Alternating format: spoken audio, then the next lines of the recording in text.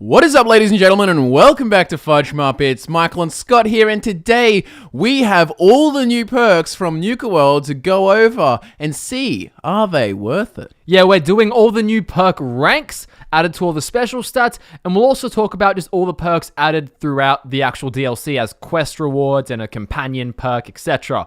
So let's start with the special perk ranks. We've got Strength to begin with, and they added Steady Aim 3, which makes hip fire damage improved with any gun. So what do we think? Well, it is interesting because it's a lot better than hip fire accuracy in my opinion. It makes steady aim worth it. It could be to have some big like Gunzerker build like that we did. Our Gunzerker build could be good with it, running around with miniguns and so on, because it just increases the damage for hip fire, and hip firing with big heavy guns is fun. Or if you're going to have a shotgun kind of build, a real shotgun focused build, and you do want to just hip fire, I have a tendency to use iron sights, but some people might use hip fire for those things. And in that case, it could be useful. But once again, it is sort of limited. It's like specifically you've got to build for, I'm going to be a hipfire build. Yeah, definitely. Next up, we have Awareness 2. This is going to give you a 5% increase to hit chance in VATS and damage dealt in VATS. It's not the best perk, but it is decent if you're a VATS character and you want that extra accuracy and extra damage. The only thing is, though, if you're in it for the damage, you may as well just get Bloody Mess and things like that, which add 5% per rank instead of having to get the first rank of awareness, which you could consider a waste. It really depends what you're trying to build. I wasn't too impressed with this perk rank. The next one is a pretty interesting one. It is the notorious Ghoulish perk, which is notorious for being shit. They added a 4th rank, which makes radiation damage now healing yourself up in the process. I mean, it's obviously making Ghoulish like more worth it than it was, because it was shit and now it's not shit. The only problem is you need to get 3 shit ranks before you can get that. So it's little consolation. It's like, oh, we fixed it kind of so you can use it. It's actually fixed. viable. It is fixed. But you still need to waste a lot of perk points, in my opinion, to actually get to make it good. Yeah. What I'd say again, it's like, get it if you're making that real Radman kind of build. Like, we're going to have something like that coming soon that uses Ghoulish, or if you're, I don't know, role-playing some sort of person who thinks he's a ghoul. I mean, I would just get solar-powered, but and stuff like that. Maybe that's just me. But moving on, we have Attack Dog 4, which was the one added to the Charisma tree. 10% less damage when traveling with your dog. Dog meat. That's you taking 10% less damage. Yeah, that's really nice, because when you combine that with the fact that dog meat works with Lone Wanderer, you get it's 30% less damage taken with Lone Wanderer, and then if you have the dog, that's 40% less That's taken. almost half, cutting your enemy's damage in half. Yeah, almost. that's pretty impressive. So if you want to go for like a dog meat exclusive sort of build, dog meat Lone Wanderer combination, that's pretty decent. I'd say that's nice. Yeah. The only thing is you do have to buff up with the other ranks for Attack Dog first, which are arguably not the best. But if you're doing like a dog meat character, you'll want those ranks anyway. The next one is interesting. This is not what I expected. It's in the intelligence tree. Vans 2. You get +2 perception for picking this one. That's not bad. It's like the only excuse ever for getting Vans, in my opinion. Vans is a pretty crap perk.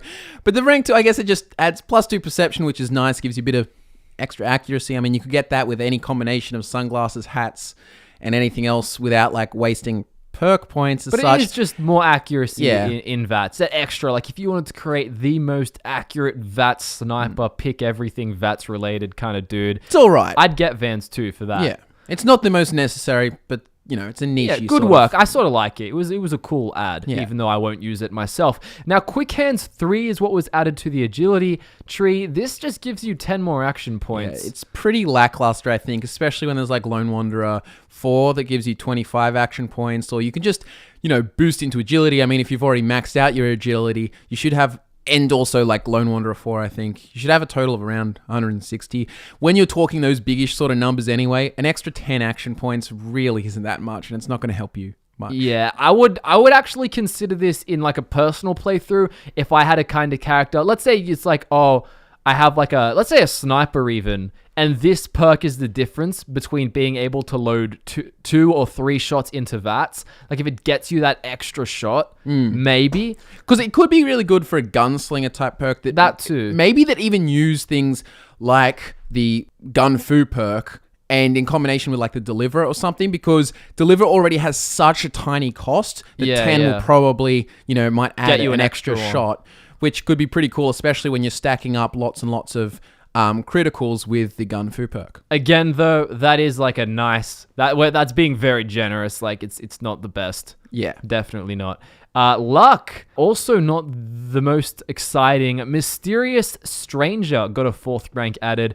Now, there'll be a higher chance for your critical meter to get filled when the Mysterious Stranger appears and kills someone for you in VATS. I mean, that's pretty decent, actually. When you combine that with 4-Leaf Clover, Critical Banker, and things like Grim Reaper's Sprint, and then you've got Mysterious Stranger, all 4 ranks, you should have no problem having criticals available like 24/7. So, I mean, arguably you might not need it because you can still have criticals available 24/7 without Mysterious Stranger using the other perks like 4-Leaf Clover and Critical Banker. But, it's still not a bad addition at all. Yeah. I think the final verdict for that one is if you are having all 3 ranks of Mysterious Stranger already, get the 4th one. Yeah. If not, don't get any at all. And that wraps up all the special stat related perk ranks that are added. But there's 3 perks added for actual faction stuff. So if you don't want to know anything about the faction names, don't watch this, but we're not going to spoil anything. Basically, be nice to them in the story. Yeah. Sort of favor them, like help the specific and group you can help more than one. Yeah. Yeah. You can basically get 2 of these. The NK scenario, 2. Yeah, two out of these 3. So first of all, we have Ace Operator, which you get for being nice to the operators. Now, this makes stealth increased while in the shadows, and you deal more damage with silenced weapons. You actually deal a decent amount more with silenced weapons. These perks aren't mucking around. Yeah, all these perks that they gave as quest rewards give you hefty damage bonuses or hefty bonuses as a whole. They're like really good. I think it's pretty decent. I mean, hands down, if you're playing a sniper character or any sort of like deliverer character, like if you're running around with a deliverer or like a stealthy agent with a pistol, that's pretty fucking beast. It's that simple. If you're a stealth character and you use silenced weapons, get that one. The next one is my favorite, called Pack Alpha. This makes damage resistance greatly increased, and you'll deal more unarmed and melee damage, and they mean more. Yeah, it's really fucking powerful. It adds a nice chunk. I can't give you an exact number, but all I noticed is just between when I didn't have the perk and then just got the perk, I checked and it was a substantial improvement. Like it was like it's like 20-ish, 25%. I swear it was something like that. Yeah, it just was felt really huge. big, and you get the damage resistance side is 50 plus. And that's to damage and energy resistance, it looks like. Yeah. And then on top of that, with like, you get your ballistic weave. That turns 110 ballistic weaved something into, 160 each. And then if you have like, armored fatigues or whatever it is to ballistic weave that, and then you can put armor on top of that, you'll have such a high armor rating. Like it's like getting toughness. Yeah. And refractor. There's an awesome idea though. Like you could actually get this perk, toughness and refractor, and then you've basically got 100 in damage and energy resistance, and you could be running around. Yeah. Though refractor needs a lot of perception investment. I don't think you'd be getting. Get Vans to help you out. Vans rank 2. Now, the final one is from the Disciples. It's called Chosen Disciple.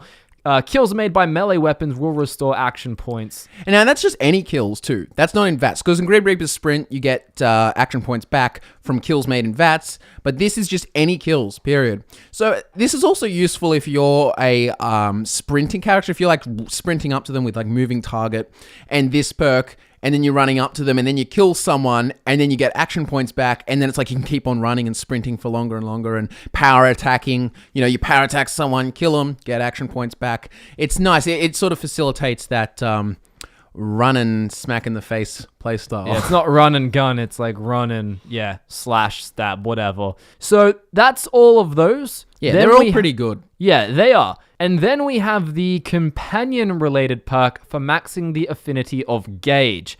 It is called Lessons in Blood.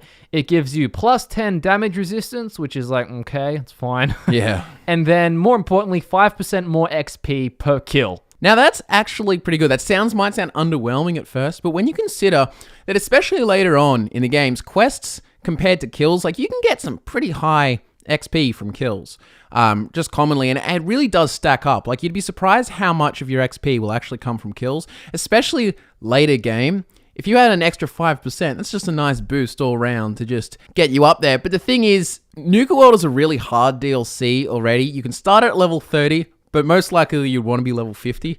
So by the time you actually get to Gage and then max out his affinity, it's pretty late game. It is that late game leveling boost help thing. It's just like, go into the hundreds, venture forth, and have a little boost to that. Now, the final perk is called Wasteland Warlord.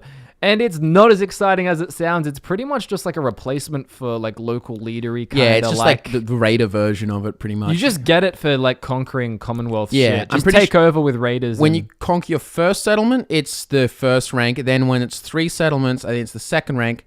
And then once you've conquered 8 settlements, you get the third rank. And that basically unlocks new raider items like, dealers and stuff like that you can put down. It's literally and a tribute raider chest.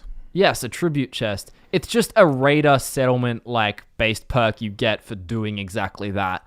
And there are some cool raider settlement items like that ghoul chair, literally a live ghoul. Yeah. Like looking around and trying to bite you as you sit in its chair. Can't forget Harambe chair. The Harambe chair.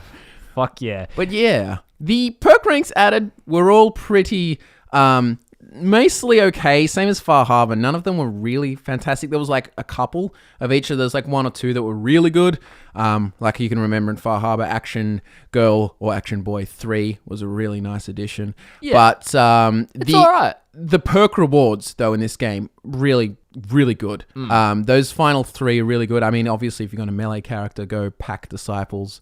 Or if you're going, like, stealth. If you're not melee, actually, there's a bit of, one of the perk ranks aren't really going to help you because you'll end up with 2 of them. But, yeah. So that's it. Thanks for watching. Tune in next time for more. And next time is all the time because we do a lot of videos here at FudgeMuppet. We have Nuka World builds and Nuka World guides coming. Social media links are in the description. And we'll see you all next time.